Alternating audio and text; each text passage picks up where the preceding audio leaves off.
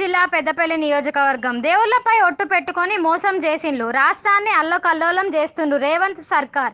మాజీ ఎమ్మెల్యే పుట్ట మధుకర్ అన్నారు. రుణమాఫీ విషయంలో ఎవరు రాజీనామా చేయాలో ముఖ్యమంత్రి రేవంత్ రెడ్డి సమాధానం చెప్పాలని మంత్రిని మాజీ ఎమ్మెల్యే పుట్ట మధుకర్ ప్రశ్నించారు. మంగళవారం పెద్దపల్లి జిల్లా కలెక్టరేట్ రైతులందరికీ రుణమాఫీ చేయాలని మాజీ మంత్రి కొప్పుల ఈశ్వర్, మాజీ ఎమ్మెల్యే కోర్కంటి చందర్, దాసరి మనోహర్ రెడ్డితో కలిసి వినతి పత్రం అందజేశారు. ఈ సందర్భంగా ఆయన మాట్లాడుతూ, రెడ్డి గారు ఒకటే ఒక విషయాన్ని అడుగుతున్నా.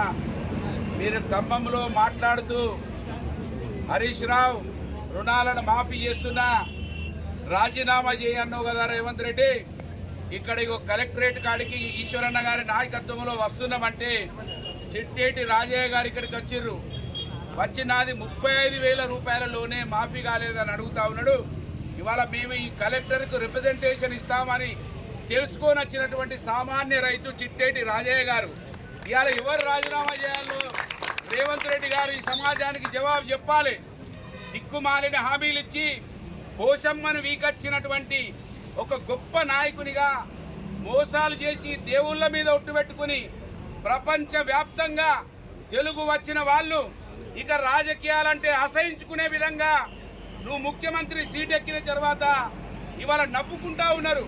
ఇంత పెద్ద రాష్ట్రం, ఒక గొప్పగా ఎదిగినటువంటి రాష్ట్రం కేసీఆర్ గారి నాయకత్వంలో 10 సంవత్సరాలు ఎవరికి చిన్న ఇబ్బంది లేకుండా ముందుకెళ్తున్నటువంటి రాష్ట్రంలో చీమలు పెట్టిన పుట్టలో పాము చొచ్చినట్టుగా చొచ్చి ఈ విధంగా రైతులను ఈ రాష్ట్రాన్ని అల్లకల్లోలం చేస్తున్నటువంటి రేవంత్ రెడ్డి, నువ్వు అడిగినావు కదా రాజీనామాని, రైతులకు రుణమాఫీ చేసిన అన్నావు కదా,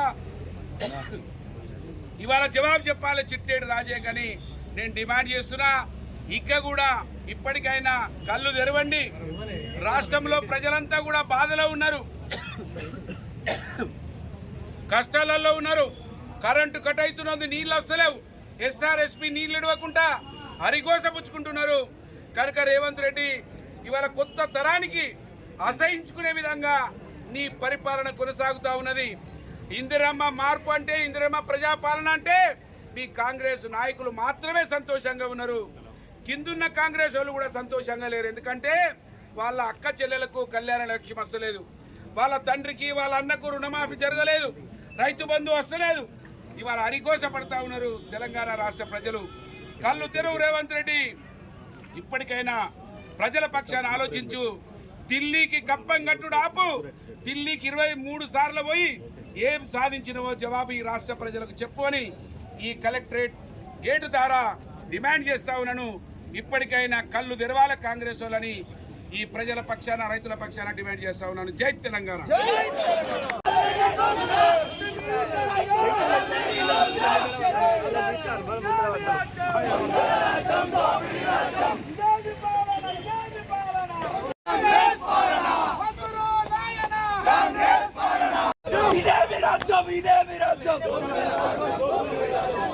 రైతు రుణమాఫీ రుణాలను వెంటనే గారి నాయకత్వం భక్తురా నాయన. రాజ్యం దోపిడి రాజ్యం,